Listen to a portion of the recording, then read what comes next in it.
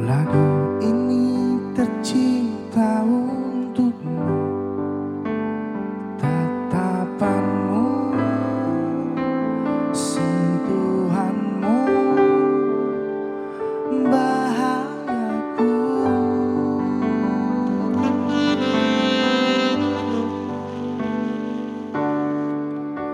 Tuhan telah menjawab doaku.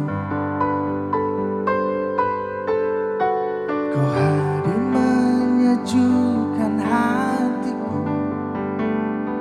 Kau anugerah yang terindah di hidupku.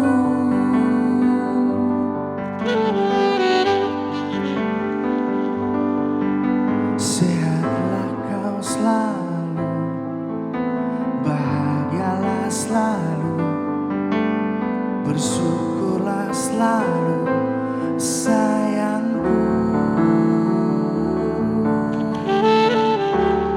Kan ku jaga oh dirimu hingga tua nanti.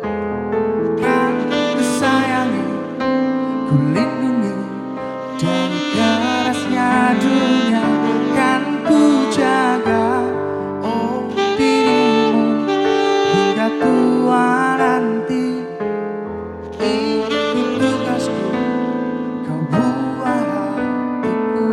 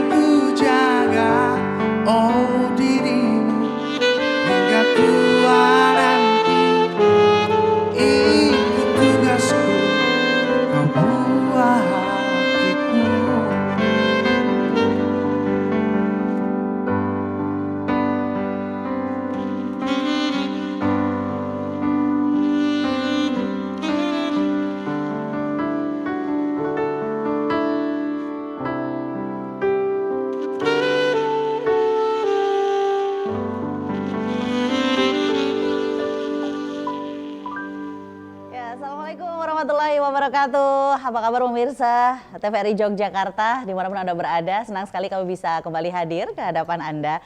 Di awal tadi sudah langsung dibuka satu lagu dari WR Official dengan Buah Hati. Ini pas banget dengan tema kita kali ini yang urusannya sama buah hati. Bagaimana buah hati Anda atau mungkin adik-adik Anda gitu ya yang masih ada di usia balita atau mungkin usia-usia yang memang seharusnya mendapatkan imunisasi lengkap. Mudah-mudahan sehat selalu. Nah, apa sih urusannya buah hati dan imunisasi? Ini yang menjadi tema kita hari ini, yaitu mengenai imunisasi untuk buah hati. Jadi imunisasi lengkap untuk buah hati supaya sehat gitu. Nah, kalau kita berbicara mengenai imunisasi, sudahkah putra-putri Anda diimunisasi? Jawabannya pasti sudah. Cuman pertanyaannya, sudah lengkap apa belum? Nah, ini baru menjadi tanda tanya. Karena akan banyak sekali kendala-kendala yang ada di luar sana. Kenapa sih butuh sekali imunisasi? Nanti yang jawab detail adalah dokter, bukan saya. Kalau saya yang jawab, orang-orang pasti, ih siapa yang ngomong nih gitu ya. Makanya di studio sudah hadir ada 2 narasumber, siap berbincang dengan kami di sini dan siap juga memberikan banyak informasi terkait dengan teknisnya, klinisnya, kemudian tentang kebijakannya, kemudian apa saja sih dukungan dari Dewan terkait dengan imunisasi lengkap bagi buah hati sehat. Di studio sudah hadir, yang pertama di samping saya persis ada Ibu Dr. Andarita Nurmastuti, MPD. Beliau adalah dari Komisi D DPRD Daerah Istimewa Yogyakarta, fraksi PDI Perjuangan. Apa kabar, Bu Baik, Rita? Mbak Vira, selamat pagi, selamat Iya. pagi seluruh pemirsa. Oke, pokoknya semangatnya pagi terus ya Bu ya. Pagi terus. Oke, kalau ke pagi kan semangat banget gitu. Baik, matur nuwun Ibu sudah hadir di sini. Iya, sama-sama. Iya, ini beliau seorang nenek, beliau juga punya ada cucu di rumah. Ini harus care banget gitu ya. Selain care sama Neneknya yang ditekankan ya, iya. Mbak. selain care sama yang di rumah, care juga dengan masyarakat Oh, gitu. betul. Ya, Oke, harus, baik. harus, ya. Siap. Nah, kalau mengenai klinisnya, kita tanya sama dokter. Beliau adalah seorang dokter anak. Saya langsung sapa Dr. Mei Neni Sitaresmi, PhD, spesialis anak. Kayaknya ini konsultan, Dok? Ya. Wah, on call 24 hours. Enggak juga. Anggota IDAI Daerah Istimewa Yogyakarta, juga anggota Komda KIPI Ya. DIY. Apa kabar, Dok? Alhamdulillah baik ya. Baik, Saya ya. juga nenek dari 2 dan insya Allah tambah 1 lagi mau 3. Berarti sama dengan aku, Mbak. Ibu-ibu ini Saya udah 3. awet muda semua ya, semangatnya juga muda gitu. Oke, siap. Nah, nanti terkait dengan imunisasi apa, kemudian di lapangan yang ditemukan Bu Rita tuh selama ini apa, nanti saya tanyakan lebih lanjut lagi. Dan pemirsa, tetaplah bersama kami, kurang lebih 60 menit ke depan kita akan banyak berbicara mengenai imunisasi lengkap buah hati sehat. Dok, imunisasi. Orang mungkin taunya sekedar disuntik, memasukkan bibit penyakit yang sudah dilemahkan gitu ya. Ini pengetahuan secara awam ya. Sebenarnya apa sih imunisasi itu, Dok? Ya, jadi imunisasi adalah proses memberikan vaksin. Jadi bisa disuntik, bisa ditetes. Bisa ditetes. Oh, ya, jadi gitu. ada misalnya polio, nanti ada untuk diare, rotavirus itu diteteskan. Tapi memang sebagian besar disuntik dan memang benar yang diberikan adalah komponen jadi sudah mati dari virus atau bakterinya, atau kalau dia hidup sudah sangat dilemahkan sehingga dia akan dikenali oleh tubuh kita menjadi benda asing, maka tubuh akan membuat tentaranya ya, sehingga kalau sewaktu-waktu dia ada penyakit yang sama maka tentara itu sudah siap, sehingga dia akan memberikan perlindungan sehingga insya Allah tidak akan sakit, ataupun misalnya sakit dia tidak menjadi berat atau komplikasi meninggal. Dan memang benar bahwa ini anak sehat kok dikasih penyakit, enggak, karena vaksin itu untuk membuatnya butuh waktu yang lama. Jadi dia ada proses mulai dari binatang dulu ya, kemudian kalau di binatang dia sudah aman baru cobakan pada orang tua ya, orang dewasa, kemudian pada anak-anak, dan itu membutuhkan proses yang banyak, beribu-ribu sampai yakin bahwa ini memang aman ya, untuk balita. jadi nomor 1 adalah aman, kemudian yang kedua ada manfaatnya. Oke, baik. Nah, kalau imunisasi sendiri ini kan imunisasi tidak hanya untuk bayi ya. Kebanyakan orang taunya bayi aja imunisasi. Sementara sebenarnya anak-anak usia sekolah dasar pun bisa imunisasi. Bedanya apa? Ya, jadi imunisasi itu tergantung vaksinnya dan tergantung pada populasi mana yang memang dia rentan. Contohnya kemarin untuk COVID ya lansia. Ya, pertama dewasa, lansia karena dia yang banyak. Nah, ini juga tergantung dari beberapa penyakitnya. Misalnya tadi untuk remaja, kita sekarang ada kelas 5 dan kelas 6 itu HPV. Jadi HPV itu adalah penyakit yang virus kalau dia menyerang anak-anak dia menyebabkan kanker leher rahim. Maka dia diberikan tidak di bayi tetapi di usia kelas 5 dan kelas 6 SD untuk anak perempuan. Nah, kemudian kenapa sebagian besar vaksinasi itu pada bayi dan nanti pada orang tua, karena memang pada bayi daya tahannya belum bagus ya, jadi sistem kekebalan tubuhnya tentaranya belum sempurna, sehingga dia harus diberikan vaksin supaya dia mudah kalau ada penyakit tidak sakit. Kalau kita lihat angka kesakitan dan kematian populasi, yang paling banyak adalah bayi, kemudian yang berikutnya adalah orang tua. Ya, karena memang itu bentuknya. Jadi bayi itu dia belum berkembang, kalau orang tua sudah menurun. Nah, sehingga kenapa nanti banyak vaksinasi pada bayi, kemudian pada nanti ada imunisasi ulangan pada umur 18 bulan, kemudian nanti harus diulang di sekolah gitu, karena tergantung dari kita untuk mencegah penyakit apa, dan pada populasi itu memang dia yang paling riskan. Oh, oke, baik. Bu Rita, kalau yang terjadi di lapangan gitu, saya yakin lah pasti sudah ada regulasi terkait dengan imunisasi begitu. Aplikasinya di lapangan yang Bu Rita sering temukan gitu, seperti apa Bu? Ya, kalau di lapangan itu yang paling banyak terjadi itu adalah kesadaran masyarakat untuk memberikan imunisasi kepada anak-anaknya. Ini kadang-kadang juga ada kekurang pahaman atau mungkin ada sebuah trauma, misalnya anak habis diimunisasi kok malah sakit. Nah ini kadang-kadang neneknya nih Mbak yang agak. Tapi bukan nenek yang di sini, saya yakin. Bukan. Ini nenek yang sudah kekinian ya Bu, sudah mengikuti perkembangan kesehatan seperti itu. Jadi kadang-kadang neneknya memberikan, "Ki bocah sehat, kok malah digawe loro," karena malamnya mungkin rewel dan lain sebagainya. Panas misalnya gitu ya. Dampak-dampak dari imunisasi. Nah ini yang harus terus disampaikan kepada masyarakat melalui kader-kader kesehatan di desa. Kan sekarang di tingkat RT, RW itu sudah ada kader-kader kesehatan yang paham kenapa pentingnya, kenapa anak balita itu perlu diberikan imunisasi. Jadi pemahaman-pemahaman seperti yang terus harus kita tingkatkan kepada masyarakat, Mbak. Ini melalui kerjasama dari aparat pemerintah daerah, melalui yang paling kecil adalah Pak RT, RW, kader-kader kesehatan, ibu-ibu PKK di Posyandu itu yang harus selalu memberikan masukan kepada dan mengajak. Oh ini waktunya diimunisasi dan seterusnya. Dan itu pun kader-kader Posyandu misalnya atau warga masyarakat gitu bisa ya memberikan masukannya. Ini misalnya ke Bu Rita minta tolong dong nanti sampaikan ke dinas misalnya seperti itu. Bisa Mbak. Kami ini kan ada pertemuan-pertemuan yang rutin dengan masyarakat melalui, kalau dewan itu kan daerah pemilihannya yang disebut reses. Reses itu kita kembali kepada masyarakat. Nah disitulah kita mendengarkan aspirasi-aspirasi masyarakat. Oleh karena itu penting secara variatif seorang dewan itu menyapa kelompok-kelompok masyarakat yang berbeda-beda. Kadang mungkin ketemu dengan kelompok PKK, kadang-kadang ketemu dengan tokoh-tokoh masyarakat, bukuh dan lain sebagainya. Kadang kita harus datang sendiri pada saat kegiatan di Posyandu misalnya. Apa nih yang dilakukan di situ, ibu-ibu apa saja seperti itu. Ada kendala apa? Ya, ada kendala apa. Nah, inilah yang kita bawa supaya menjadikan kalau memang ada dibutuhkan sebuah dorongan, sebuah regulasi, sebuah kegiatan ataupun program-program dari dinas-dinas terkait, itu kita bisa memberikan dukungan untuk program itu bisa terlaksana. Seperti program hari ini ya. Ini kan bentuk sosialisasi. Ini juga termasuk Bu Rita menjaring aspirasi loh sebenarnya. Nanti kan bisa nanya-nanya sama Bu Dokter gitu ya. Yang di lapangan yang terjadi seperti apa secara realnya gitu ya. Nah nanti kita mendengar dari dokter sebenarnya apa sih yang perlu kita dewan-dewan ini lakukan. Karena pasti ada kekurangan atau kelemahan-kelemahan yang kadang itu harus perlu masukan dari praktisi-praktisi, tenaga-tenaga medis yang ada. Gitu. Karena beliau yang paling paham. Kalau dewan itu kan 5 tahunan Mbak, belum tentu latar belakangnya juga menguasai materi-materi tersebut. Tapi ini bisa kita penuhi dengan kita mendengar, kita berkomunikasi dengan pihak-pihak yang terkait. Gitu. Oke, siap. Nanti berarti boleh nanya juga Bu, tenang aja. Saya ada dibantu loh. Host kali ini dibantu Bu Rita nanti. Saya boleh nanya dong. Boleh nanya. Dokter, kalau terkait dengan imunisasi, ini kan untuk kekebalan tubuh ya. Terus saya pernah baca juga ada PD3I, itu apa Dok? Jadi PD3I itu penyakit yang dapat dicegah dengan imunisasi.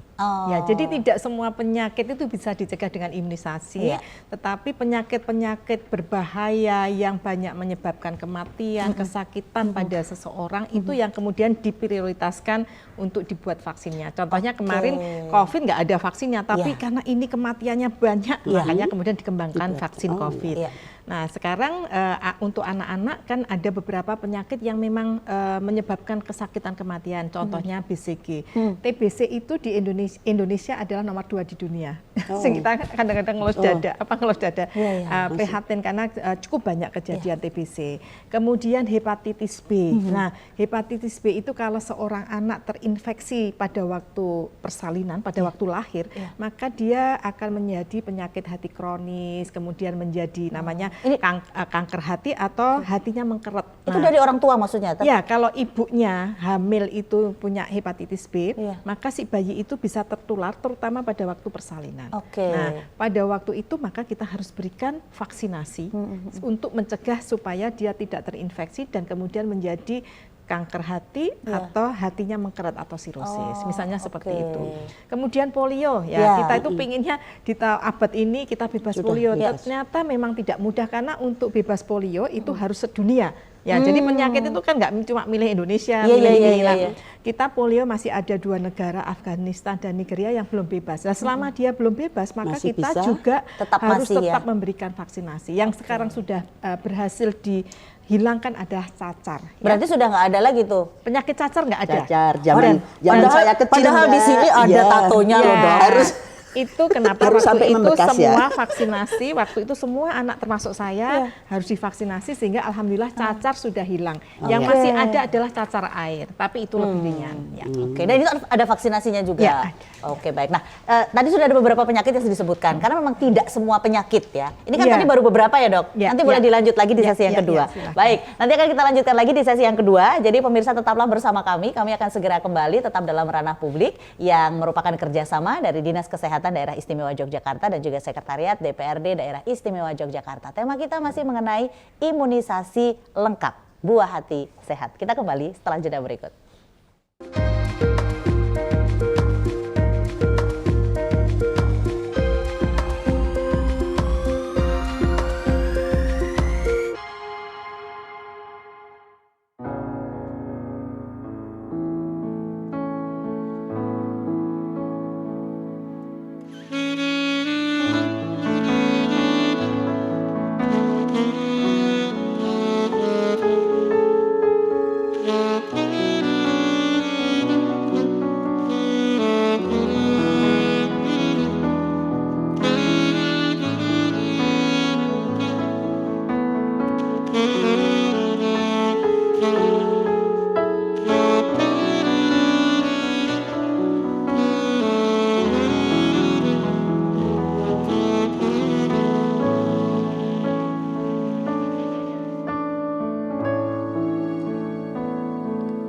Waktu pertama kali kulihat dirimu hadir, rasa hati ini inginkan dirimu. Hati terang mendengar suara indah menyapa, geloranya hati ini tak kusangka. Rasa ini tak tertahan, hati ini hanya untukmu. Terimalah lagu ini dari orang biasa, tapi cintaku padamu luar biasa. Aku tak punya bunga, aku tak punya harta, yang ku punya hanyalah hati yang setia, tulus padamu.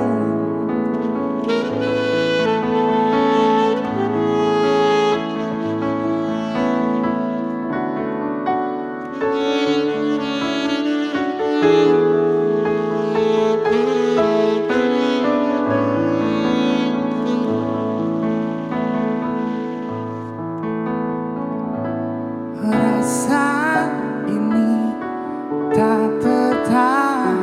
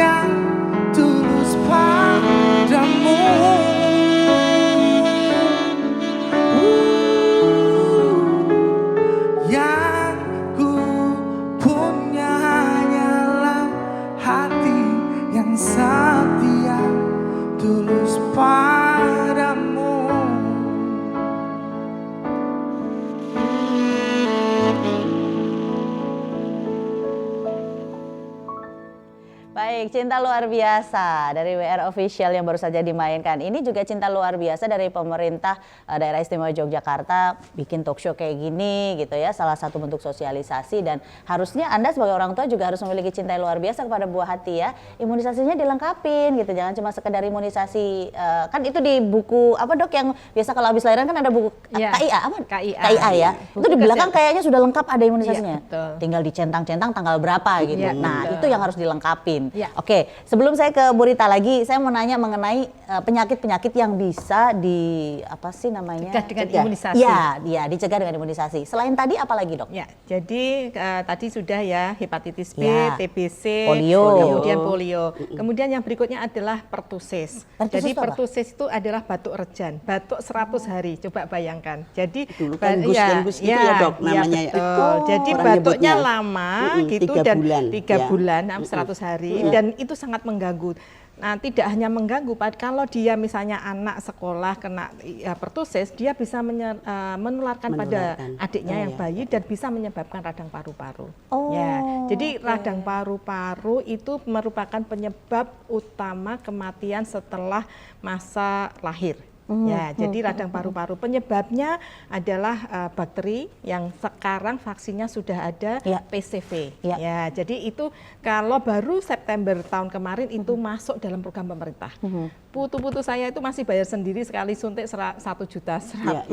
Nah, sekarang itu gratis untuk anak yang lahirnya pada setelah September ke atas ya. September tahun kemarin 2022. Ya, jadi yang sebelumnya memang ya karena mungkin pemerintah itu sudah lama diadvokasi tapi karena mahal ya. Tapi alhamdulillah sekarang masuk. Oh, ini imunisasi yang diulang sampai 3 kali apa ya? Iya, 3 kali kan? Pada usia bener, 2 Dok. bulan, kemudian 3 bulan dan 12 bulan. Dan ini yang kemudian kenapa anak-anak di Indonesia di DIY itu sekali datang suntiknya 3. Karena 1 pentabio, kemudian 1 polio dan 1-nya lagi adalah PCV atau radang untuk mencegah radang paru-paru, radang otak juga itu. Itu ya. Jadi tapi sekarang udah gratis ya, Dok? Sudah gratis. Benar itu 900 berapa gitu waktu itu? Iya, memang mahal. Sekarang 1,2 juta. Justru saya karena masih harus bayar sendiri karena lahirnya sebelum itu ya. Kemudian difteri. Nah, difteri yang kemarin di DKI ada outbreak, kemudian di beberapa daerah juga ada outbreak yang itu menyebabkan peradangan tidak hanya di saluran nafas atas tapi juga bisa ke jantung. Ya, dan kalau ada 1 difteri itu akan ada yang kita sebut dengan wabah atau KLB. Karena kalau seorang kena difteri dia harus mendapatkan terapi dan juga namanya imunoglobulin itu mahal sekali dan itu biasanya dinas kemarin sempat kita ada kasus DIY nggak ada harus minta ke Jawa Tengah. Jadi betul-betul itu karena sudah kejadian luar biasa ya? Kejadian luar biasa. Kemudian juga ada rotavirus, diare. Diare itu juga kalau orang Jawa ngenteng-ngentengi ya. Ya memang ngenteng-ngentengi karena kan kekurangan cairan. Karena menjadi ringan ya, Dok. Badannya kurus. Dehidrasi sehingga enteng. Tetapi itu juga menyebabkan dia masuk rumah sakit. Beberapa bisa kalau nggak tertolong bisa meninggal. Dan alhamdulillah mulai tahun kemarin juga beberapa provinsi sudah digratiskan untuk vaksin rotavirus dan mudah-mudahan tahun depan DIY juga bisa masuk. Kalau sekarang kita masih bayar, dan insya Allah ini juga sekarang baru dikembangkan kerjasama antara Bio Farma dengan FK UGM juga. Nah, harapannya nanti dipakai nasional. Kemudian campak yang sekarang menjadi MR, campak rubella. Campak itu bukan gabaken ya. Jadi kalau beda. Kalau gabaken itu panas 1-2 hari, begitu panasnya turun baru keluar merah-merah, anaknya biasa ceria. Itu hampir semua anak mengalami dan tidak berbahaya. Tetapi yang berbahaya adalah campak atau morbili. Jadi dia panas, batuk, pilek, matanya merah kayak kotor, kemudian gitu, kotor, kemudian setelah itu hari keempat pada waktu panasnya tinggi keluar merah-merah gitu, panasnya masih tinggi, kalau datanya nggak bagus biasanya komplikasi ke radang paru-paru, kemudian radang otak, bisa kejang. Nah, dan mereka yang sudah sembuh dari campak nanti akan hitam-hitam, tapi yang lebih penting adalah selama 3 bulan setelah sembuh dari campak dia daya tahannya rendah sehingga mudah terinfeksi penyakit yang lain. Makanya kenapa kalau misalnya habis campak itu benar-benar harus diisolasi istilahnya gitu ya, meskipun nggak. Nah ini sekarang vaksinnya tidak hanya campak tapi ada rubella. Rubella juga. Ya, makanya namanya MR. Rubella kalau dia menyerang anak itu biasanya relatif ringan. Ya, dia biasanya panas keluar, tetapi nah kalau anaknya terinfeksi kemudian dia menularkan ibunya, dan kalau ibunya itu hamil, terutama hamil muda, maka bayi yang dikandungnya itu yang menyebabkan dia cacat.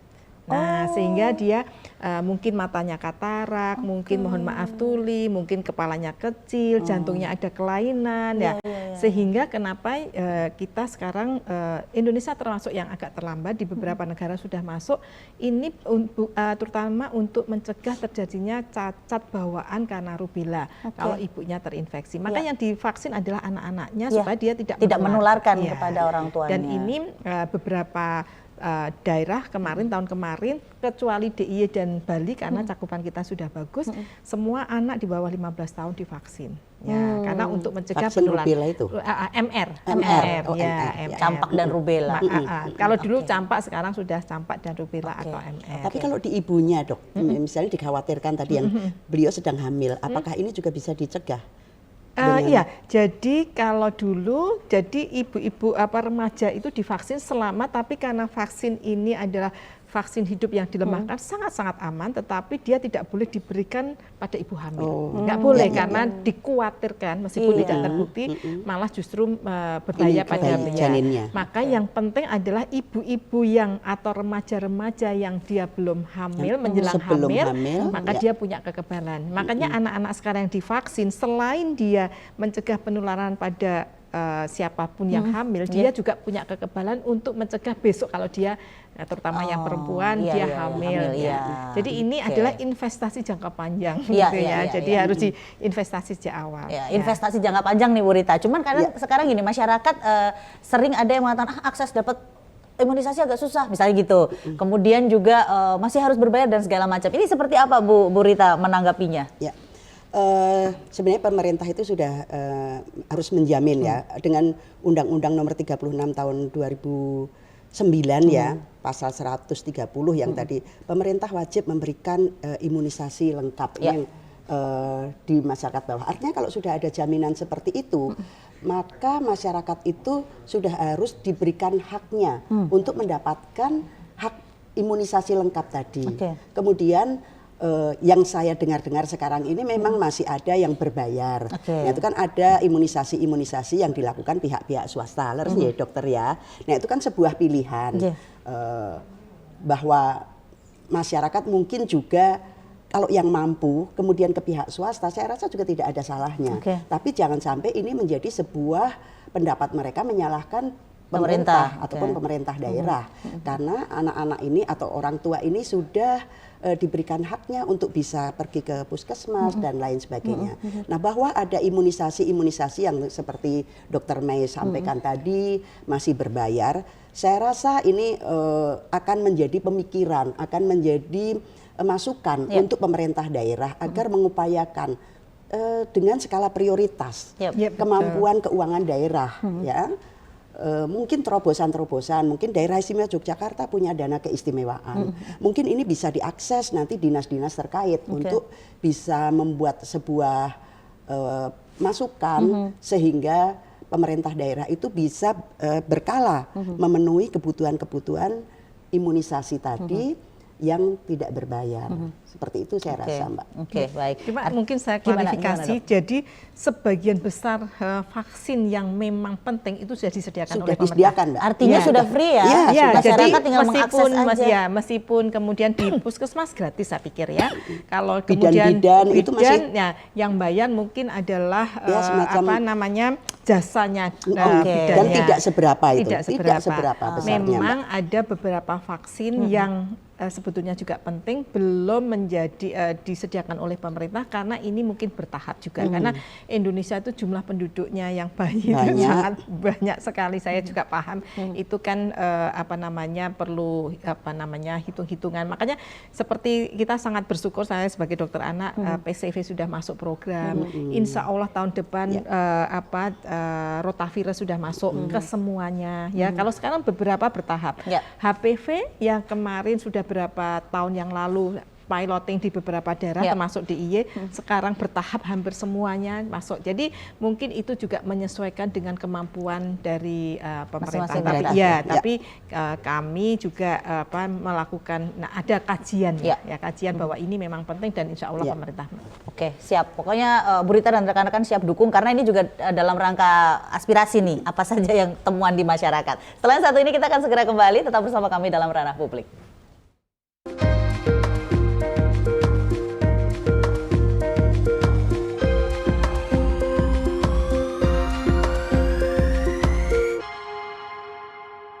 Anda masih bersama kami dalam Ranah Publik, masih terkait dengan imunisasi lengkap, buah hati sehat. Siapa yang nggak pengen buah hatinya sehat? Siapa yang nggak pengen, seperti tadi lagu pertama ya, sebagai orang tua kita harus benar-benar menjaga sampai dia nanti benar-benar bisa mandiri. Salah satunya dimulai dengan imunisasi ini. Nah, kita berbicara mengenai imunisasi kan berarti sampai dengan usia imunisasi yang paling terakhir. Itu umur berapa, Dok? Kalau saya dokter anak, berarti konsep anak 18 tahun. Tapi sebetulnya imunisasi itu tidak hanya terbatas untuk vaksin tertentu. Misalnya sampai lansia, COVID, influenza, kemudian PCV itu masuk sampai lansia. Justru malah yang penting adalah bayi. Kemudian kita sampai sekarang ada beberapa kelompok usia tertentu yang risiko tinggi di atas 5 tahun, kemudian lansia. Jadi tergantung usia itu mempunyai risiko tinggi nggak terhadap penyakit itu. Tapi kalau saya ngomongkan di anak itu bahkan sampai 18 tahun ya. Tapi memang paling banyak adalah usia 1 tahun pertama kehidupan. 0 sampai 12 itu yang kita sebut dengan imunisasi dasar. Karena memang di usia ini adalah usia yang sangat rentan terhadap penyakit-penyakit. Kemudian nanti ada imunisasi ulangan, booster itu 18 bulan, ada pentabio dan MR. Kemudian nanti di SD, jadi kita ada bulan imunisasi anak sekolah. Itu bulan apa? Bulannya adalah Agustus dan November. Oh, sebentar lagi nih kita.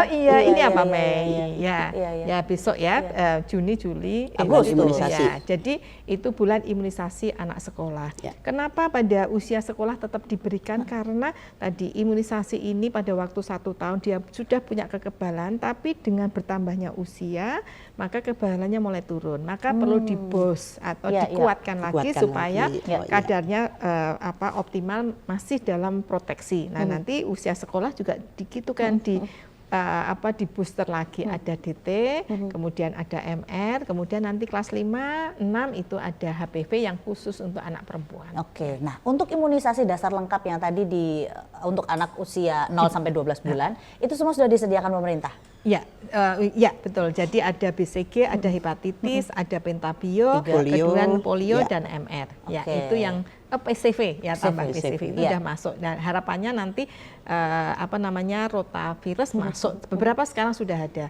Selain itu memang ada vaksin yang mungkin juga penting, influenza. Ya, cuma influenza masih belum masuk program, itu kita arahkan pada kelompok-kelompok risiko tinggi. Oh gitu. Jadi kan kalau data di belakang buku KIA itu kan banyak banget tuh, Dok. Kadang-kadang sebagian besar sudah masuk program. Selama putranya kemudian rutin ke posyandu atau ke puskesmas atau petugas kesehatan, maka dia akan disarankan untuk imunisasi. Oke, baik. Nah, Bu Rita, ini karena sudah ada disediakan pemerintah daerah, DIY juga sudah mengcover dana kesehatan. Nah, upaya-upaya apa yang bisa dilakukan kepada masyarakat supaya tidak hanya sekedar sosialisasi gitu, Bu? Seperti apa, Bu, supaya mereka tetap sadar untuk membawa putra-putrinya imunisasi gitu? Sosialisasi itu sangat penting ya. Ini bisa dilakukan melalui banyak pihak. Kemudian mengadakan kegiatan-kegiatan yang menarik. Kemudian di dusun-dusun mungkin dilakukan seperti motivasi-motivasi atau apresiasi pada ibu-ibu yang rajin melakukan imunisasi dan lain sebagainya. Saya rasa ini penting ya, sehingga orang itu tertarik. Kemudian membuat layanan-layanan posyandu itu yang memang ramah anak, membuat anak itu pengen datang ke situ, senang datang ke situ. Selain bersosialisasi, mendapatkan pengetahuan, kemudian untuk dilakukan vaksinasi ini bukan sebuah ketakutan. Karena dari orang tua sendiri sudah tidak memikirkan biaya. Tinggal dia kesadarannya untuk memenuhi hak anak. Ini kan sebenarnya hak anak untuk mendapatkan kesehatan yang baik. Karena jika anak atau balita ini tidak lakukan atau dilayani kesehatan, dipenuhi hak kesehatannya, ini kan rentetannya akan panjang. Betul. Akan dia mungkin kecerdasannya karena sering sakit, kemudian ini nanti akan sekolahnya terhambat, muncul lagi pengangguran, ujung-ujungnya kemiskinan, dan seperti itu rentetannya banyak. Panjang ya. Beliau paham banget karena beliau juga ada di dunia pendidikan, jadi ngerti banget. Anak kalau banyak bolos ya, karena kalau kedepannya membahas anak ini tentang kesehatan, menjaga mereka generasi penerus itu sangat menarik ya dok. Ini dokter anak dan pendidik lah. Pendidik ya, ini udah klop ini sebenarnya kolaborasi. Dokter, yang ada kendala di lapangan seperti apa sih dok terkait dengan imunisasi pada anak ini? Kok bisa nggak dilengkapin cuman sekedar ya sepenting imunisasi lah gitu? Ya. Jadi ada beberapa yang masih perlu kita tingkatkan. Yang pertama, terutama yang booster itu orang tuanya lupa, sibuk dan sebagainya itu ya. Jadi memang karena jaraknya kan panjang. Kemudian kita masih prihatin ada kelompok-kelompok yang masih meragukan mengenai manfaat, kemudian juga mengenai tadi ketakutan akan efek samping. Jadi sekarang misalnya demam ya tadi sampaikan. Sekarang itu sebenarnya biasa ya dok. Jadi tidak semua anak setelah diimunisasi demam. Demam betul. Jadi demam itu misalnya pentabio sekitar 30 dan hanya 30-40%, dan itu pun juga tidak selalu tinggi dan ada obatnya. Kalau memang rewel, demam, kita bisa berikan paracetamol. Itu akan lebih berbahaya lagi kalau tidak diimunisasi, kemudian dia mengalami infeksi yang harusnya dicegah dengan imunisasi, demamnya tidak hanya sehari 2 hari, dia bisa demamnya sampai 7 hari, tidak hanya demam, mungkin dia kalau misalnya radang paru-paru sesak nafas, sampai masuk rumah sakit, apalagi nanti sampai kejang yang nanti akan menyebabkan anaknya cacat dan sebagainya, bisa mohon maaf sampai meninggal. Nah oleh karena itu harus dipikirkan antara kalau dia diimunisasi dengan risiko kalau dia diimunisasi yang efek sampingnya ringan, karena semua yang vaksin yang masuk ke Indonesia itu penelitiannya lama dan melalui BPOM. BPOM itu makanya ada regulasi, ini izin edarnya itu juga BPOM itu kajiannya sangat luar biasa. Maka suka ditanya ini dok, kalau orang mau imunisasi, gimana, Bu? Apakah anaknya sakit, pilek, batuk? Karena kadang-kadang pilek atau batuk memang anaknya tidak sedang batuk. Orang tuanya kan suka ditanya. Seperti itu ya dok. Mungkin itu untuk memastikan bahwa tapi tidak semua batuk pilek itu tidak boleh diimunisasi. Gitu. Kalau dia alergi gitu ya dia tidak pernah batuk pilek kan. Tapi nggak pernah imunisasi karena batuk pilek terus. Sehingga ini juga yang sering adalah persepsi bahwa harus benar-benar sehat. Jadi nanti yang menentukan adalah petugas kesehatan. Kalau cuma batuk pilek ringan, dia nggak apa-apa, divaksinasi, tetapi memang harus ada edukasi ya.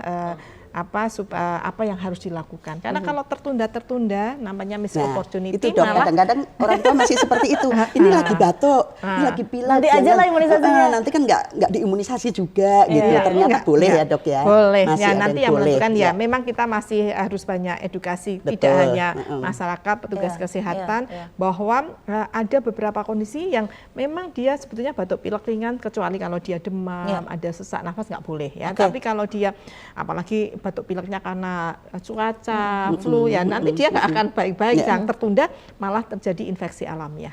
Artinya orang tua tidak boleh ngejudge sendiri, tapi harus konsultasi dulu dengan dokter. Ini boleh atau tidak dan jujur menyatakan kondisi anak mungkin seperti itu ya dok. Oke, baik. Bu Rita sudah langsung dengar di lapangan seperti ini ya. Berarti ini sudah ada poin-poin yang nanti akan segera disampaikan kepada rekan-rekan dan juga kepada Dinas Kesehatan sebagai mitra kerjanya. Baik, pemirsa, nanti akan kita lanjutkan lagi. Saya masih pengen tanya lagi terkait dengan kejadian ikutan pasca imunisasi. Benar nggak ya, KIPI ya? Nah, KIPI ini sebenarnya separah apa? Kadang orang takutnya di situ. Terus ada beberapa kasus juga kan dok, gara-gara imunisasi nih anak saya jadi sakit, masuk rumah sakit dan segala macam. Nanti akan kita luruskan, jadi pastikan Anda tetap bersama kami dalam Ranah Publik. Kami kembali setelah jeda berikut.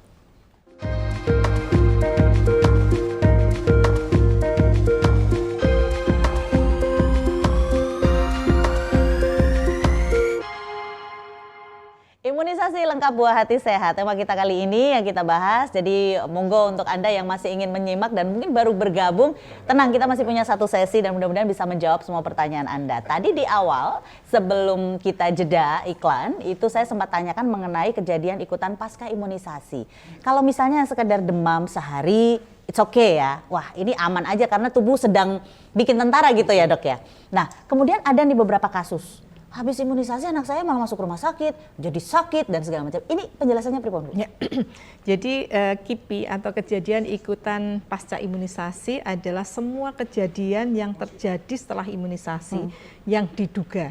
Ya, diduga berhubungan imunisasi. Maka ada katanya diduga. Nah, KIPI ada yang ringan gitu ya, yang memang dia nggak apa-apa 1-2 hari, tapi memang benar ada yang kemudian masuk rumah sakit. Nah, mereka yang mengalami KIPI yang serius sehingga dia harus masuk rumah sakit, maka kami kebetulan saya juga anggota Komda, jadi Komite Daerah Pencegahan dan Penanggulangan KIPI itu akan melakukan namanya audit ya, ada analisis. Kita undang dokter, kemudian tidak hanya dokter yang merawat, tetapi adalah dokter yang paham mengenai penyakit ini. Kemudian kita analisis apakah benar kejadian ini karena berhubungan dengan vaksin atau tidak. Ternyata sebagian besar tidak. Jadi misalnya nih, anaknya sehat, diperiksa sehat, kemudian kita berikan vaksinasi, ya. Kemudian misalnya anak sekolah ya masukkan, kemudian ternyata dia masa inkubasi suatu penyakit demam berdarah. Nah, pada waktu diimunisasi dia nggak ada gejala, 1-2 hari kemudian dia panas, kemudian masuk rumah sakit ternyata dia demam berdarah. Nah, padahal ini adalah misalnya vaksinnya MR. MR nggak akan menyebabkan demam berdarah. Nah, ini yang disebut dengan koinsiden atau kebetulan. Nah, ini akan banyak terjadi pada daerah seperti di Indonesia yang memang penyakit-penyakit yang lainnya banyak. Misalnya nih vaksin MR 9 bulan MR. MR itu risiko demamnya memang ada, tapi dia munculnya adalah hari ke-5 sampai 10 hari setelah imunisasi. Jadi nggak langsung ya? Nggak langsung. Untuk yang MR. Beda dengan pentabio biasanya munculnya 24 jam ya.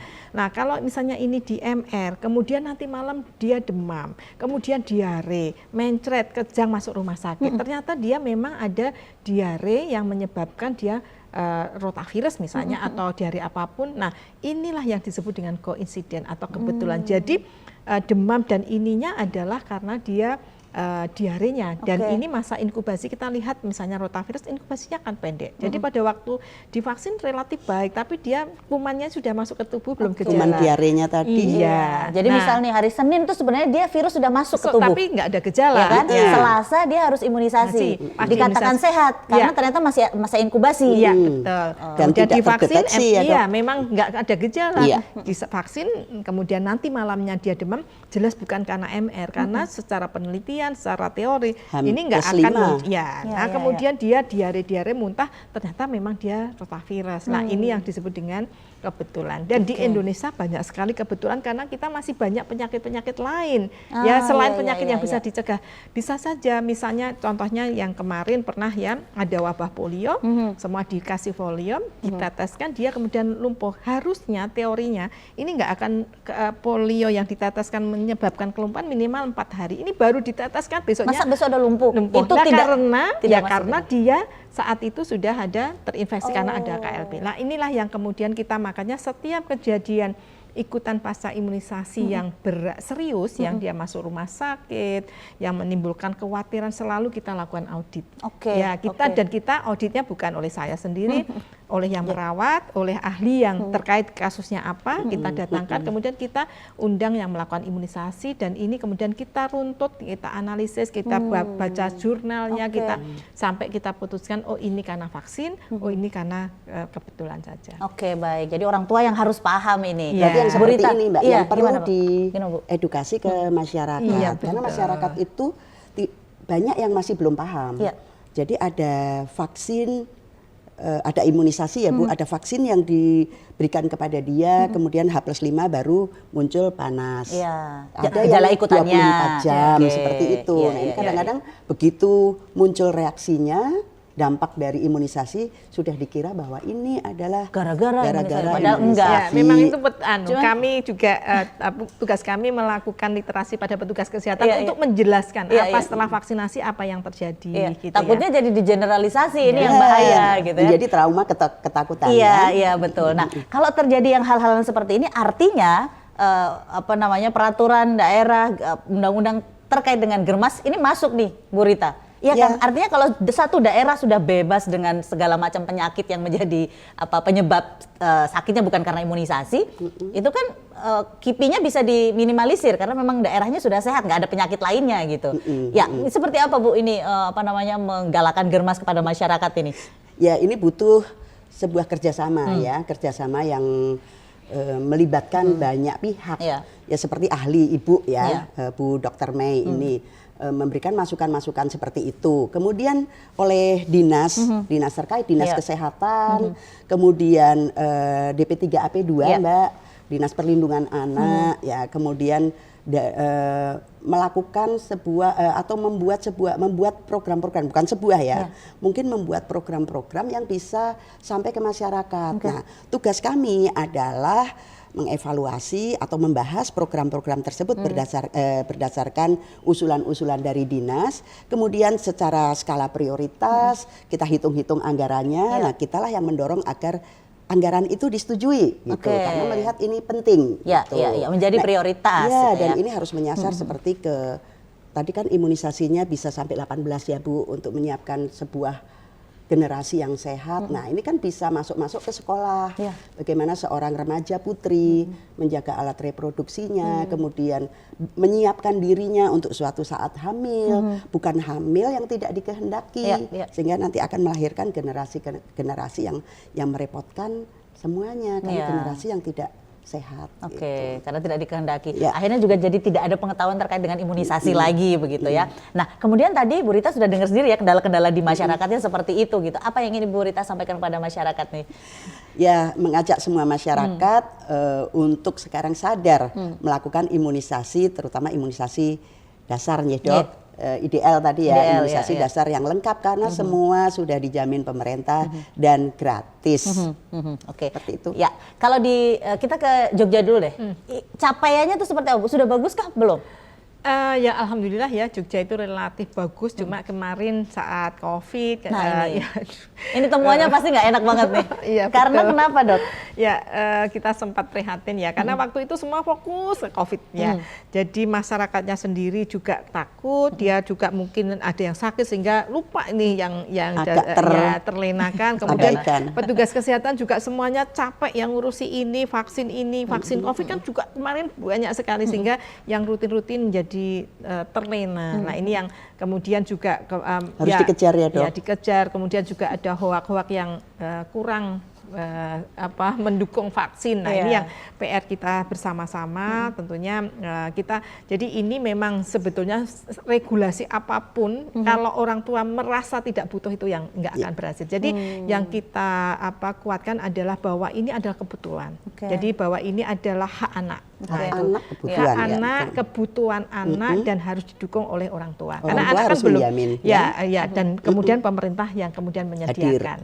Gitu ya. Jadi karena kalau mereka merasa tidak butuh lah ini mbok di regulasi apapun. Kalau di luar negeri masuk sekolah harus lengkap imunisasinya. Oh gitu? Ada ininya? Iya. Jadi kartu imunisasinya ya? Jadi nggak sekedar kartu lulus TK aja ya? Iya, enggak. Karena kalau dia tidak diimunisasi kemudian dia sakit, dia bisa menularkan pada teman-temannya. Karena kita tahu bahwa ada beberapa anak yang meskipun nggak banyak, yang memang tidak boleh divaksinasi. Jadi misalnya dia punya masalah dalam kekebalan tubuh, ada apa, dia kan nggak bisa divaksinasi. Tetapi dia bisa dilindungi dari kanan kirinya yang semua tervaksinasi. Kalau saya nggak divaksinasi, saya tidak punya kekebalan, tapi kemudian tidak yang ada lainnya, penyakit, ya karena yang lainnya tidak menularkan, kan saya aman. Nah, oleh karena itu di Indonesia beberapa sekolah sudah merekomendasikan mana imunisasinya supaya dia juga menjamin anak-anak yang lain yang mungkin karena suatu sebab dia nggak bisa divaksinasi. Nah, di luar negeri,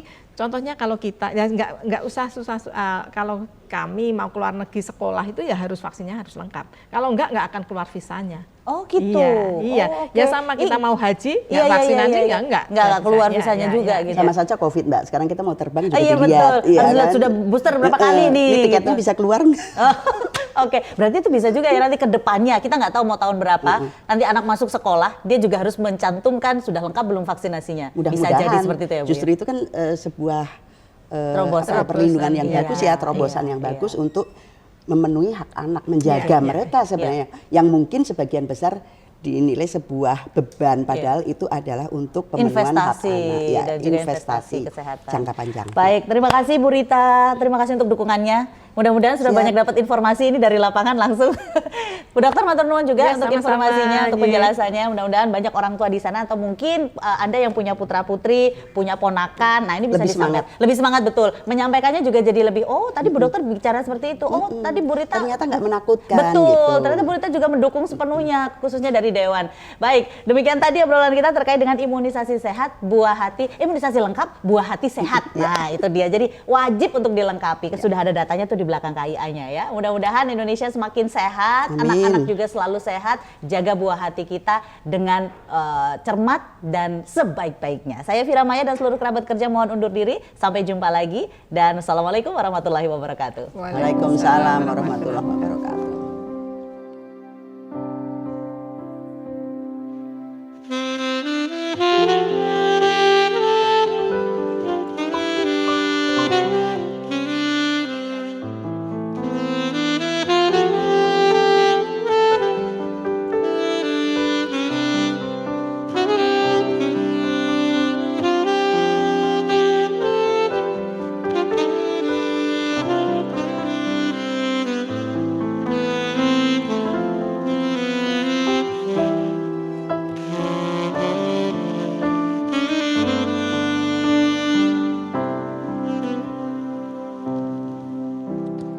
Awal ku mengenalmu, tersita seluruh hatiku. Oh indahnya dirimu, ku jatuh hati padamu. Tak terasa waktu berlalu, kini kau telah jadi milikku. Betapa bahagianya aku saat kau ada di sisiku. Ini tiba saatnya kita harus melangkah, temani diriku di sisa waktuku. Genggamlah tanganku bersamaku, kau kan menentukan arah bersama diriku yang kan selalu menjaga dirimu.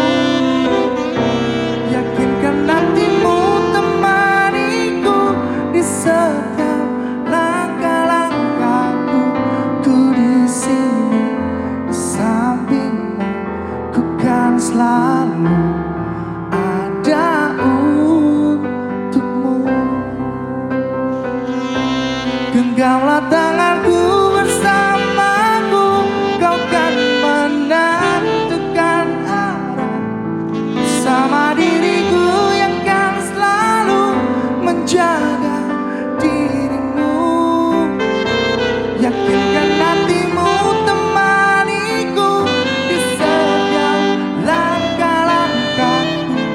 Ku di sini di sampingmu, ku kan selalu ada untukmu. Ku di sini di sampingmu, ku kan selalu ada untukmu.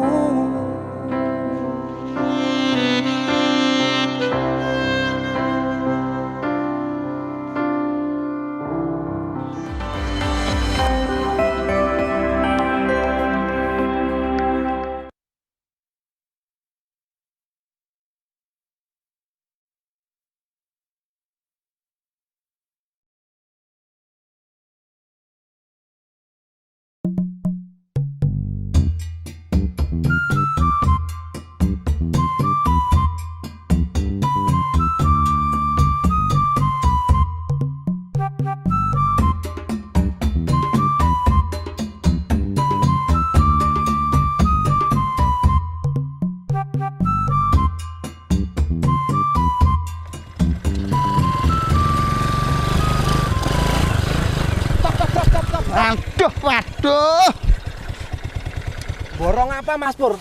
Kelihatan kok banyak banget itu loh. Waduh, kamu tuh makannya yang update. Ini loh, saya tuh lagi borong susu formula. Tahu nggak? Istri saya itu habis melahirkan. Jadi kebutuhan susu harus mencukupi. Itu loh. Lah apa kebutuhan susu istri Mas Pur itu belum mencukupi Mas Pur? Waduh, kamu tuh nggak dong-dong kok. Ini bukan masalah cukup dan tidak cukup. Tapi masalahnya biar stoknya banyak. Semuanya bisa tercover gitu loh. Iya ya Mas Pur, keluarga Anda itu kepecutan. Kecukupan Mas Pur. Wah, Jan kamu tuh. Gini loh, tak jelasin sini tau. Makanya deket sini loh. Anak kecil itu, bayi itu kalau dikasih susu formula seperti ini, perkembangannya bagus, biar cepet gede, gizinya terpenuhi. Itu paham? Paham Mas Pur? Minggir. Wah, ganggu saya tuh. Ditunggu istri saya. Wah, bisa dimarahi habis-habisan ini. Nyegat. Minggir.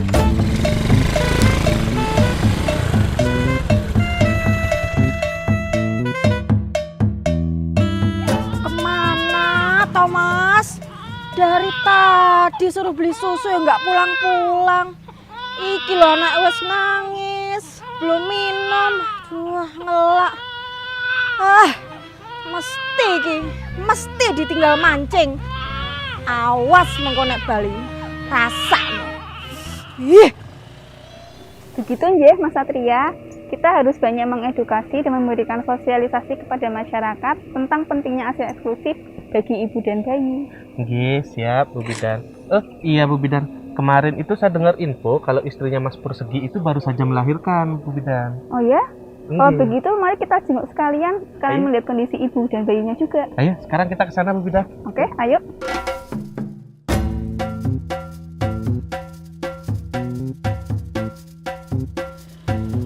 Mas, sampean iku saka ngendi wae to? Maaf, Mah. Tadi tuh ada orang nyemplung kali, Mah. Sebagai seorang pemuda yang bertanggung jawab. Tak tolongin tuh, Mah. Nulungi. Paling ya mbok tinggal mancing. Kok ta? Nah, piye toh, Mah? Lah ikannya itu menggoda banget loh, Mah.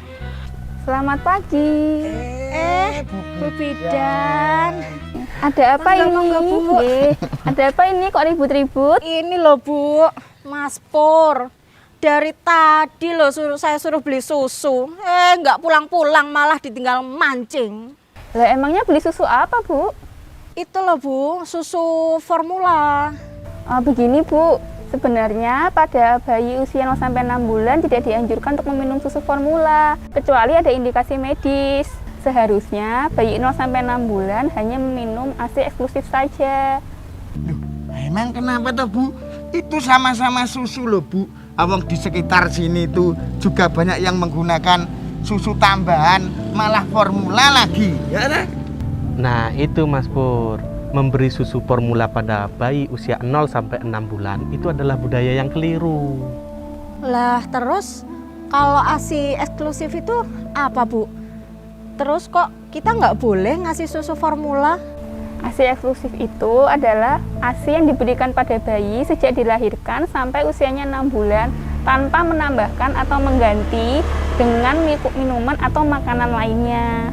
Dengan memberikan ASI, maka pertumbuhan dan perkembangan bayi akan optimal, meningkatkan kecerdasan anak, serta meningkatkan kekebalan tubuh sehingga mengecilkan risiko untuk terkena infeksi. Selain itu, untuk ibu juga bagus, bisa mengurangi risiko terkena kanker payudara.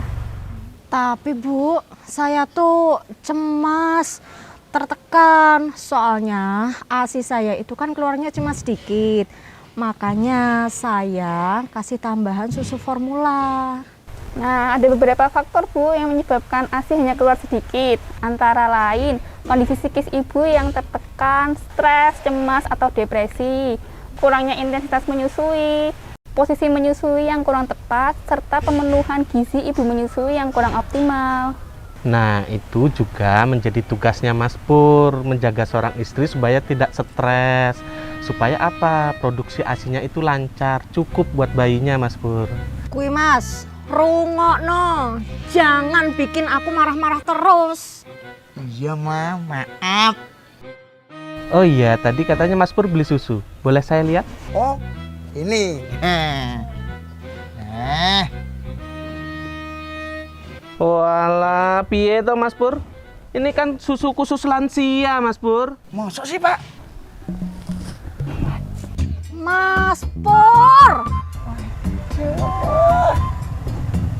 Nah, tadi Mas Pur sudah tahu kan apa itu ASI eksklusif? Ayo, mari sama-sama kita mengajak warga dan masyarakat lainnya untuk ikut serta melaksanakan dan mensukseskan program ASI eksklusif.